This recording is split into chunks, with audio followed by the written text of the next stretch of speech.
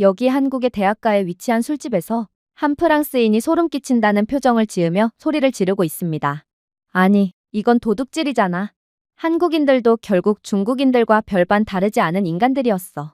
그렇다면 이 프랑스인이 대체 한국에서 어떤 장면을 목격했던 것일까요? 안녕하세요. 저는 프랑스 출신의 루크라고 합니다. 저는 어렸을 때부터 다른 친구들과는 다른 취미를 가졌어요. 그건 바로 아시아에 대한 관심이었죠. 동양의 종교인 불교, 그리고 동양만의 건축 양식과 문화 등 아시아라는 대륙은 항상 제게 있어 동경의 대상이었습니다. 그러다 제게 좋은 기회가 찾아왔죠. 그건 바로 교환학생 프로그램이었어요. 처음에 저는 선택지를 한국이나 일본이라는 두 나라로 좁혔습니다. 두 나라 모두 깨끗하고 세련되면서도 훌륭한 고대 문화가 존재하는 국가로 이름났거든요. 하지만 제가 이 나라들을 선택하려고 하니 저희 학교의 중국인 교환학생들이 저를 가만히 내버려두지 않더군요. 그들은 모든 아시아 문명의 요람이 중국이라고 끊임없이 선언했고, 한국과 일본은 그저 중국에서 파생된 아류국가라고 했어요. 그리고 요즘은 시대가 바뀌었고, 현재는 한국이나 일본보다 중국이 훨씬 더 세련되고 깔끔한 국가라고 하더군요. 그리고 십수명의 중국인들이 몇 개월간이나 끊임없이 제게 세뇌를 하는 상황에 저는 결국 그들의 꾀임에 넘어가고 말았어요. 그렇게 저는 베이징의 한 대학교로 교환학생을 오게 되었죠. 그리고 저는 중국에 도착하자마자 중국은 겉보기에는 그럴듯하지만 알면 알수록 기괴한 국가라는 것을 여실히 깨닫게 되었습니다. 확실히 중국의 건물이나 도시 모습은 멀리서 보면 인상적으로 보였어요. 하지만 가까이 다가갈수록 깨진 타일, 퇴색 페인트, 문화 보존이라기보다는 그냥 가난해서 방치해둔 것 같은 느낌이 물씬 들었습니다. 하지만 진정한 문화 충격은 중국의 도시 모습이 아닌 중국인들로부터 왔어요. 중국인들은 절대로 서로를 믿지 않았거든요. 극한의 개인주의 문화를 가진 프랑스보다도 더욱 말입니다. 일단 제가 과일을 구매하러 길거리 시장에 갔을 때 모든 과일은 쇠사슬로 묶여서 절도를 하지 못하도록 조치가 되어 있더군요. 과일을 만져볼 수도 없었어요.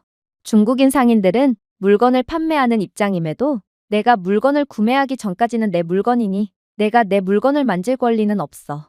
만약 이 과일을 만진다면 너는 반드시 이 과일을 구매해야만 해. 라고 말해왔어요. 식당에서는 더욱 가관의 일이 일어났습니다. 저는 기숙사 근처의 국수 가게에 입장했는데 중국인 주인은 제게 젓가락을 주는 것을 깜빡 잊었더군요. 그래서 저는 앞 카운터에서 젓가락을 가져갔습니다.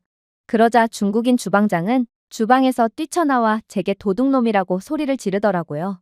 그리고 저는 나중에서야 중국인들은 식기류와 냅킨, 심지어 그릇과 장식용 인테리어까지 전부 뜯어서 훔쳐가는 기괴한 도둑의 문화를 가졌기 때문에 그 어떤 것도 함부로 만져서는 안 된다는 사실을 깨닫게 됩니다.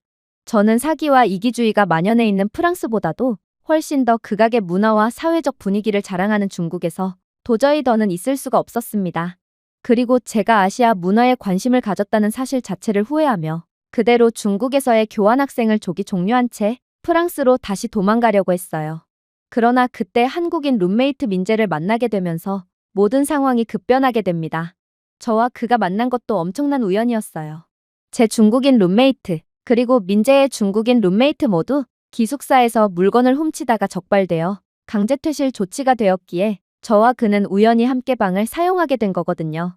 중국 대학교 기숙사에서는 이곳에서 개인 물건 따위는 없다라는 우스갯소리까지 있을 정도로 훔친 물건을 또다시 훔치고 그 물건을 또다시 훔치는 일이 반복되고 있기에 사실상 기숙사에서 생활하는 모든 중국인 학생들은 도둑이라는 직업을 제2의 부업 삼아 삶을 연명하고 있었어요.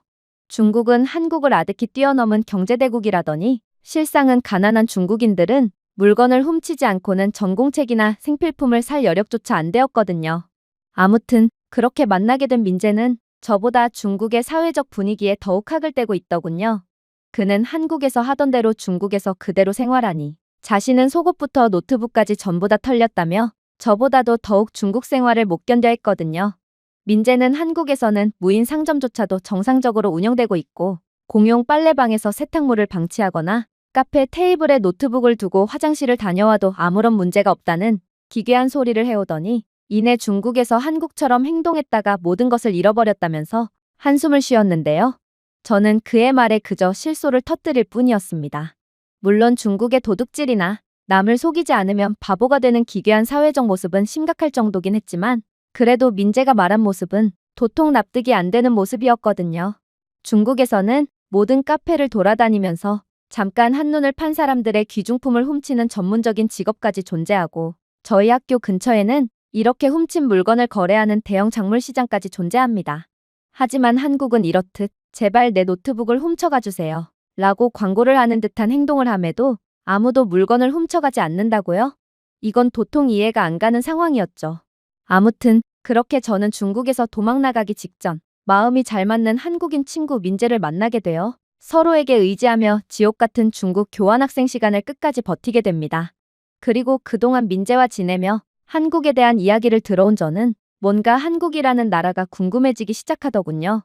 마침 아시아 문화를 동경했던 제 그간의 시간과 열정이 아깝기도 했기에 저는 한 번 더 속아보자 싶어 한국으로의 교환학생을 신청하게 됩니다.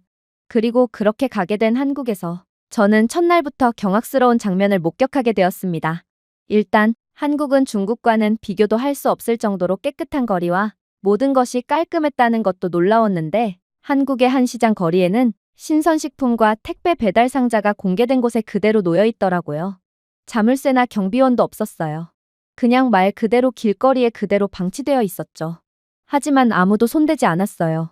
특히나 가벼운 물건이 바람에 의해 날아갔을 때 한 한국인 남자는 조용히 몸을 구부리더니 물건을 원래 자리에 놓고 심지어 바람에 날아가지 않게 그 위에 돌까지 얹어주더라고요. 이게 도대체가 말이나 되는 일이란 말인가요? 중국이었다면 전문적인 도둑들이 길거리에 모든 택배를 수거하여 그대로 작물시장에 내놓았을 것입니다. 혹은 자신이 사용하다가 다른 중국인 도둑에게 다시금 물건을 빼앗기겠죠. 하지만 한국에서는 완전히 다른 상황이 펼쳐지고 있었고 제가 이런 이해를 하려야 할 수가 없는 상황에 완전히 까무러치기 직전이자 옆에 있던 민재는 더욱 놀라운 이야기를 해오기 시작했어요. 이곳은 시장거리고 상점 주인들은 새벽 배송을 통해 신선식품 재료를 배송받거나 혹은 자신들이 개인적으로 필요한 물건을 가게로 주문하기도 해. 한국은 당일 배송을 구현한 세계 최초이자 유일한 국가기에 이렇듯 신선한 식품을 당일날 배송받을 수 있고 또 이러한 물건을 아무도 훔치지 않기에 한국인들은 하루 24시간 언제나 신선한 음식을 먹을 수 있는 거야. 심지어 몇몇 식당들은 오랫동안 집을 비우거나 택배를 받기 어려운 상황에 처해 있는 손님들의 택배 물건을 대신 받아주기도 해. 한국에서는 그다지 놀랄 일도 아니지. 저는 민재의 말을 도저히 믿을 수가 없었습니다. 단 한 명의 한국인만 나쁜 마음을 품어도 이런 문화는 유지 자체를 할 수가 없었을 거예요. 그런데 어떻게 한국에서는 이러한 보고도 안 믿길 문화가 너무나도 당연하다는 듯 유지되고 있다는 말인가요? 그러나 역시나 민재는 한국에서는 이러한 모습 말고도 더욱 즐길 수 있는 부분이 많다며 발걸음을 재촉했고 그렇게 저는 이곳 식당 거리에서 토스트와 커피를 주문한 채 민재와 계속해서 이동을 하게 되었습니다. 한국인 아주머니는 30초도 채 되지 않아 저희에게 호일로 감싼 불고기 토스트를 건네주었는데요. 만약 형편없는 서비스 문화를 가진 프랑스였다면 기본적인 토스트 하나 만들어지는데 30분은 걸렸을 테지만 한국은 신선한 토스트와 커피를 30초 만에 받아볼 수 있는 곳이었습니다. 그렇게 저는 근처 벤치에 앉아 조용히 식사를 하며 한국인들이 지나가는 모습을 지켜보았습니다. 너무나도 평온했어요. 교복을 입은 고등학생들이 함께 걷고 있었고 어르신들에게 정중하게 인사를 하는 한국인들도 있었습니다. 삶이 곧 전쟁인 중국에서는 어디에서든 누군가가 소리를 지르는 소리와 새치기를 하는 장면 등 그야말로 지옥 한가운데에 있는 것 같은 느낌을 받지만 한국에서는 아무도 소리를 지르지 않았고 아무도 밀지 않았습니다. 도시는 가득 찼지만 이상하리만큼 평화롭고 깨끗했죠. 그렇게 저는 계속해서 한국의 분위기를 즐겼습니다. 저는 어느 순간 민재와도 대화를 하지 않고 있다는 것을 깨달았는데 그럼에도 불구하고 전혀 고립감을 느끼지 못했어요. 한국에서는 필요한 모든 것이 주변에 있었고 한국에는 마찰없이 조용히 작동하는 이상한 종류의 평온함이 존재했습니다. 그러나 이러한 평온함도 잠시 저는 곧 충격적인 장면을 목격하고 그대로 굳어버리고 말았어요. 개인적인 공간에서조차 소음이 터져나오는 중국과는 달리 평온하고 조용한 한국만의 운치 있는 분위기를 느끼던 와중 이내 한 어린 소녀가 제 앞을 지나가다가 발을 헛디뎌 무릎을 다치는 장면을 목격하게 되었거든요. 저는 어찌할 바를 몰라 발만 동동 굴렀습니다. 제가 그녀를 도와줘야 할까요? 하지만 그건 제 문제도 아니었고 제가 이 아이를 도와줬다가 누명이라도 씌게 된다면 어떻게 하죠? 그러나 한국인 민재는 전혀 달랐어요. 그는 생각을 거치기도 전에 몸부터 나가며 아이를 달래주기 시작했거든요. 그러나 정말로 놀라웠던 점은 따로 있었죠. 바로 지나가던 다른 2명의 대학생과 근처를 산책하던 한 한국인 아주머니도 함께 달려왔거든요. 한 명은 휴지를 제공했고 다른 한 명은 어디론가로 뛰어가더니 이내 약국에서 약까지 사오더라고요. 생전 처음 보는 아이를 위해 자신의 사비를 들여서 약을 사온 것입니다. 이러한 아름다운 상황에 결국 넘어졌던 소녀는 눈물을 흘리는 동시에 웃으며 자신을 도와준 어른들에게 수줍게 고개를 숙였습니다. 아이에게 도움을 베풀어준 한국인들은 어떠한 대가를 바라지도 않았고 또 누군가 자신의 선행을 알아주길 바라지도 않았어요. 그저 도움을 베풀고는 당연한 일을 한 사람처럼 그대로 제 갈 길을 가버렸죠. 저는 이러한 이해 못할 상황에 민재에게 속사포 같은 질문 공세를 퍼붓게 됩니다. 하지만 민재는 그저 침착하게 대답을 해올 뿐이더군요. 당연하지. 그럼 아이가 다쳤는데 그냥 가만히 있어? 우리는 어른이고 도움이 필요한 아이들을 도와줄 의무가 있어. 그게 바로 사회적 책임이지. 사실 나는 이걸 왜 설명까지 하고 있는지조차 모르겠어. 이건 한국에서 너무나도 당연한 문화야. 만약 아이가 곤경에 처한다면 모든 한국인들은 그 아이를 위해 발뻗고 나설 거라고 확신해. 자신의 아이가 아니라도 말이야. 저는 그저 말문이 막히고 말았고 제 일전의 망설임과 이기적인 생각에 너무나도 부끄러운 감정이 들었습니다. 그리고 중국에서의 경험을 다시 한번 떠올리게 됐죠. 중국에서는 절대로 곤경에 처한 남을 도와주지 않습니다. 그러다가 독박을 쓸 수도 있기 때문인데 중국에서는 이렇듯 다친 척을 하며 도움을 구걸하다가 모든 독박을 씌우며 이익을 취하는 전문적인 직업까지 존재하는 국가입니다. 그렇다고 해도 애초에 유럽보다도 더욱 개인주의 문화가 극심한 중국에서는 애초에 대가 없이 남을 도와주는 행위 따위는 찾아볼 수 없을 것 같지만 말입니다. 하지만 한국은 전 세계에서 가장 아름다운 장면이 너무나도 당연하다는 듯 벌어지는 국가였고 저는 결국 한국은 근본부터가 다른 국가임을 인정하고 눈을 지그시 감을 뿐이었죠. 그렇게 시간은 흘렀고 제 본격적인 한국에서의 교환학생 여정이 시작됩니다. 한국인 학생들은 제게 너무나도 잘해주었어요. 중국인들은 외국인을 이용하려고 했지만 한국인들은 외국인들을 잘 챙겨주고 가족과 친구처럼 대해주는 국가였죠. 특히나 민재는 끝까지 저를 잘 챙겨주었는데 언제 한 번은 민재의 손에 이끌려 대학교 근처의 한 술집에서 술을 먹게 되었습니다. 대학가 거리에 아늑하고 벽돌로 된 지하 술집이었는데 테이블이 너무 빽빽해서 모두의 대화를 들을 수 있었지만 한국인들은 워낙 매너가 좋은 사람들이었기에 불편하다기보다는 오히려 정감이 가고 사람 냄새가 나는 공간처럼 느껴졌어요. 이곳 술집에는 지글지글 끓는 기름의 소리와 소주잔이 부딪히는 소리, 쉴 틈 없는 웃음소리로 공기가 빽빽했습니다. 벽에는 정겨운 낙서가 가득했는데 이건 한국인들의 수준이 낮다기보다는 그만큼 이곳 술집을 운영하는 주인 아주머니가 학생들의 편의를 봐주고 아늑하고 정겨운 분위기를 조성하기 위해 노력하는 것처럼 느껴졌죠. 그런데 저는 이곳 술집에서 뭔가 이상한 점을 느끼게 되었습니다. 바로 술집은 주방에서 쉴 틈 없이 요리를 하는 한국인 아주머니 한 분만이 계실 뿐 홀에서 서빙을 하는 직원은 어딜 봐도 존재하지 않았거든요. 아니, 도대체 한 명뿐인 인원이 어떻게 이 모든 사람들을 응대해준다는 말인가요? 그런데 이러한 제 의문은 이내 민재가 경악을 금치 못할 행동을 함과 동시에 완전히 잊히고 말았습니다. 민재는 아주머니께 음식을 주문하더니 이내 술과 물이 가득 들어있는 냉장고로 접근해서 그대로 소주를 임의로 꺼내왔거든요. 이건 명백한 절도행위였고 저는 중국과 다름이 없는 민재의 뻔뻔한 범법행위에 완전히 무너져 내리고 말았습니다.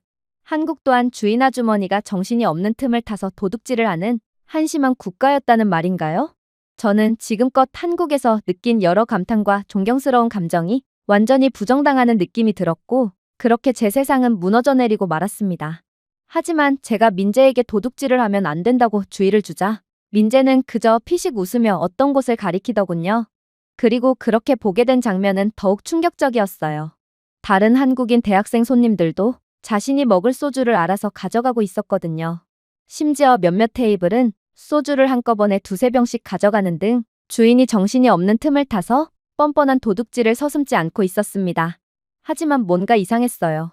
이들은 소주도 가져갔지만 휴지나 쟁반, 식기류 등 마땅히 이곳 식당 주인 아주머니가 해야 할 일을 대신 수행해주고 있었거든요. 그리고 제가 이 모습을 가만히 지켜보고 있자 민재는 충격적인 이야기를 해오기 시작했습니다. 봤지? 이게 바로 한국이야. 주인 아주머니는 요리를 하느라 너무 바쁘시잖아. 그러니 우리는 아주머니의 일을 도와드리는 거지. 당연히 나는 소주를 훔친 게 아니야. 나중에 계산할 때 아주머니께 말씀드릴 거거든. 아주머니는 인건비를 최소화하기 위해 혼자서 이곳 술집을 운영 중이고 인건비가 절약된 만큼 저렴한 가격으로 돈이 없는 대학생들에게 안주를 내오시고 있어. 그러니 이건 주인 아주머니와 대학생들 모두가 윈윈인 모범적인 선순환이라고 할 수 있지. 저는 민재의 말을 도저히 믿을 수가 없었습니다. 중국에서는 이러한 주류 냉장고가 애초에 자물쇠로 잠겨 있습니다. 그리고 프랑스였다면 임의로 술을 가져간 프랑스 대학생들은 전부 안 가져간 척을 하며 무료 술 파티를 벌였을 것입니다. 인간의 본성은 이기적이니 이건 별로 놀랄 것도 없는 당연한 결과죠.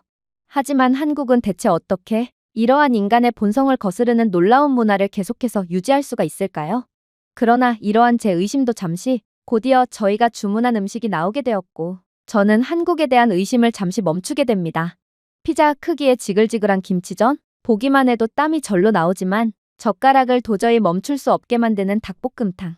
주인 아주머니가 서비스로 내오신 얕은 접시에 담긴 계란말이, 그리고 역시나 무료로 제공되는 견과류 등 푸짐한 안주가 계속해서 나왔어요. 그리고 저는 안주를 먹자마자 놀라운 감정을 느끼게 되었죠. 솔직히 안주 없이 소주만 마셨을 때 저는 한국의 소주는 그다지 수준이 높은 술은 아니라는 생각을 하게 되었습니다. 그러나 김치전을 한 입 베어 물고 소주 한 잔을 들이켰을 때는 완전히 다른 감정을 가지게 되었어요. 소주와 김치전의 조화는 기가 막혔거든요. 그리고 아까 소주만 마셨을 때와는 다른 밝은 표정을 짓고 있는 저를 본 민재는 폭소를 해오기 시작하더군요. 루크, 너는 역시나 미식의 국가에서 와서 그런지 음식을 먹는 법을 아주 잘 알고 있구나. 맞아. 소주 혼자서는 맛이 끔찍하지. 하지만 적절한 음식과 함께 먹는다면 그건 세계에서 가장 비싼 술보다도 더욱 조화롭고 수준이 높아지는 마법이 벌어져. 그야말로 소주는 조화를 위해 만들어진 술이라고 해도 과언이 아닌 거야. 민재의 말이 맞았어요. 프랑스에서는 와인 페어링에 집착하지만 한국에서는 규칙이 더 간단했어요. 소주와 잘 어울리나요? 만약 대답이 네라면 그야말로 대박이었죠. 그러나 제가 이곳 술집에서 느낀 가장 놀라운 부분은 따로 있었습니다. 솔직히 저는 한국인들의 수준은 세계 최고 수준으로 높다는 것을 일전의 경험을 통해 이미 느끼고 있었어요. 그러나 술에 취하면 인간의 본성이 드러나는 법이에요. 한국인들의 높은 수준 뒤에 숨겨진 진짜 본성이 나오게 될 거예요. 하지만 술에 취한 학생이 실수로 의자를 넘어뜨리자 다른 테이블에 누군가가 그를 도와주는 거 아니겠어요? 프랑스였다면 싸움이 나거나 술에 취한 틈을 노려 호주머니에서 귀중품을 빼갔을 것입니다. 그렇기에 프랑스인들은 취할 때까지 술을 마시지 않죠. 위험해지거든요. 그러나 한국인들은 본성 자체가 착한 사람들인지 아니면 극한으로까지 수준이 높은 건지 술에 취해도 이성을 붙들고 끝까지 아름다운 모습을 보여주고 있었습니다. 그렇게 빈 소주병은 한 병, 두 병 점점 늘어났습니다.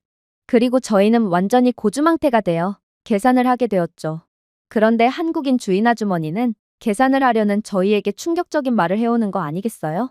아주머니는 민재에게 소주를 몇 병 마셨는지를 묻더니 그 개수를 그대로 믿고 계산서에 반영했거든요. 빈 소주병도 확인하지 않고 말입니다. 이런 식으로 주먹 구구식으로 계산을 한다면 분명 누군가는 자신이 마신 소주의 병수를 적게 말할 것이 분명하고 이는 가게 측의 손해로 작용할 거예요. 하지만 한국인들은 끝까지 정직을 지키는 사람들이었고 이러한 신뢰의 문화 덕분에 가게 주인과 손님 모두 이익을 보는 아름다운 선순환은 계속해서 유지되는 모양이었습니다. 그렇게 저와 민재는 술집에서 나오게 됩니다. 민재는 자신이 숙취해소제를 사주겠다며 저를 편의점으로 이끌었는데요. 그런데 저는 이곳 편의점에 들어감과 동시에 완전히 경악을 할 수밖에 없었어요. 왜냐하면 편의점을 지키는 직원이 존재하지 않았기 때문입니다. 중국에서는 직원이 잠시 화장실을 갈 때도 반드시 매장 문을 잠그고 가야 합니다. 아니, 그건 프랑스나 다른 국가들에서도 마찬가지죠. 그러지 않는다면 10초 만에 모든 물건과 돈이 사라지고 말 것입니다. 하지만 벙쪄 있는 저를 본 민재는 이내 놀랄만한 이야기를 해오기 시작하더군요. 이곳은 무인 편의점이야. 직원 없이 운영되는 곳이지. 한국에서 이런 무인으로 운영되는 가게는 너무나도 손쉽게 찾아볼 수 있어. 그다지 놀라울 것도 없지. 저는 그저 생각을 멈추고 말았습니다. 한국은 제가 살던 세상과는 완전히 다른 곳이었고, 이곳에서는 개인주의적인 논리와 생각은 전혀 통하지가 않았거든요. 그렇게 다음날 아침이 밝아왔습니다. 민재는 한국에서는 해장 문화가 있다며 전날에 술을 마셨다면 반드시 해장을 해줘야 한다고 주장해왔는데요. 솔직히 저는 깨질 듯한 머리와 치미는 구역질 때문에 죽을 맛이었는데 한국인들은 신체가 피 대신 술로 채워져 있는 괴물들인지 민재는 멀쩡한 채로 아침에 일어나더군요. 그렇게 저는 거의 좀비가 된 채로 네 발로 기어다니며 민재가 이끄는 곳으로 향했습니다. 그리고 정신을 차려보니 저는 작은 길거리 분식집 앞에 서 있었죠. 한 중년의 여성이 노점에서 빨간 국물을 저어가며 금속 쟁반에 거품을 내고 있었는데 마늘과 육수, 그리고 순수한 구원의 냄새가 물씬 풍겨왔습니다. 민재는 전문적인 솜씨로 음식을 주문했어요. 그리고 그렇게 처음 맛보게 된 떡볶이에 저는 완전히 정신이 나가버렸죠. 매콤하고 쫄깃한 떡이 걸쭉한 빨간 소스에 담겨 혀를 태우고 감싸 안았습니다. 순대와 김말이 튀김은 어떻고요? 이들 음식은 그냥 먹어도 풍미가 가득한 매력적인 음식이었지만 떡볶이 국물과 함께 먹을 때 진정한 시너지 효과를 발휘했어요.